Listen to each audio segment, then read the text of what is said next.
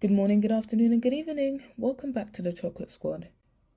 So today's video is about something I've been seeing quite a bit, especially on Twitter, and that is the feminization of light-skinned men. You may be thinking, but isn't this channel about black women? Why are you talking about men? That's a good question.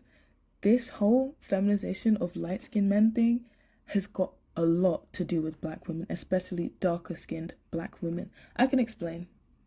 Here are a few tweets, including one that went quite viral recently that feminized light-skinned men. It says, women who F with light-skinned men might as well F with a girl. This other one says, light-skinned men act like bees. You can see the word on the screen. And this last one says, light-skinned men are pretty little princesses. These tweets are not rare. They get likes, laughs, and retweets all day. I see many of them. But here's the thing, calling light-skinned men feminine isn't just about them. It's just another example of how we attach lightness to softness and darkness to hardness. And that logic is the same logic used to masculinize dark-skinned black women. And can you see that first one? It has almost 1 million views. So many people saw that. So many people are internalizing that right now. These aren't critiques of their behavior. They're tying their femininity to their light skin. So if light means feminine, then what does dark mean? Masculine. Of course we know it doesn't mean that, and that masculinity and femininity differ from person to person, but this is the logic that is also hurting you. It's a lot of dark-skinned black women who say this stuff. When I see these tweets, oftentimes when I go to the profile picture, it's a dark-skinned black woman saying this. Don't you know that you're setting yourself up? Don't you know that you're reinforcing that whole light is feminine, dark is masculine thing? I get so confused when I see that. And that's why I'm making this video, because I think if more people knew about it, they would stop doing it. Don't get me wrong, I do acknowledge that colorism didn't just fall out of the sky, that during slavery and colonialism, lighter-skinned people were put in the house, not just because of their proximity to whiteness, but also because due to their light skin, they were seen as more refined and delicate. Whereas dark-skinned people were portrayed as strong, rough, and built for labor. So like very masculine. And this didn't end with slavery. People just kept it going. Light-skinned women are seen as soft.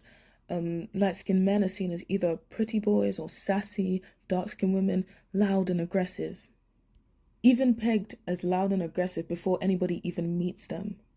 I'm not sure if I could find any now. I will put some into the video if I can find them, but I see some TikToks about women talking about how, darker-skinned women talking about how people have been very confused as to why they were so, not aggressive. They'd say, oh wow, I expected you to be quite angry, quite aggressive. I'm surprised that you're like this. And it's just referring to a black woman with a calmer demeanor. I'm not a Drake fan, but he's an example of this whole light-skinned men being feminine thing, and I'm not a Drake defender. But this stuff happens way too much, and it's so old and it's so tiring. He's literally the poster boy for this narrative, and I'm not saying that he does it on purpose, I'm just talking about the public's reaction to what he does. For example, he sings about his feelings and he posts selfies, and he's not afraid to do that kind of stuff, but then he gets dragged for it constantly. People call him emotional, corny, sensitive, not because he did anything weird or wild, but just because he's a light-skinned man doing these things. And you see it on, people make TikToks, they'll be like, oh, light-skinned men when blah, blah, blah happens, or Drake when this happens, and they do something very theatric and feminine-ish. Now, in comparison to another big rapper like Young Thug, who literally wears dresses, I don't see him get this kind of stuff. I don't see him get ridiculed and feminized to the point that Drake does, because people look at Young Thug and think, oh, he's dark, so he's still got his masculinity about him. Doesn't matter that he literally wears dresses, something that women do. It doesn't matter. As long as he's dark, that kind of saves him. And that's how the public sees this kind of thing. So this whole Drake being feminized because he's light also translates to darker people being masculinized for being dark. So when people say these things about light-skinned men being quote-unquote girls, they're reinforcing the idea that femininity belongs to lighter skin tones, and by contrast, dark skin equals masculinity, and that hurts us as darker black women. Because if masculinity is projected onto our skin tone, then we're always going to be seen as aggressive, hard, and intimidating, even when we're being soft, kind, or vulnerable. It's why darker skinned black women get called masculine or aggressive for example, not smiling.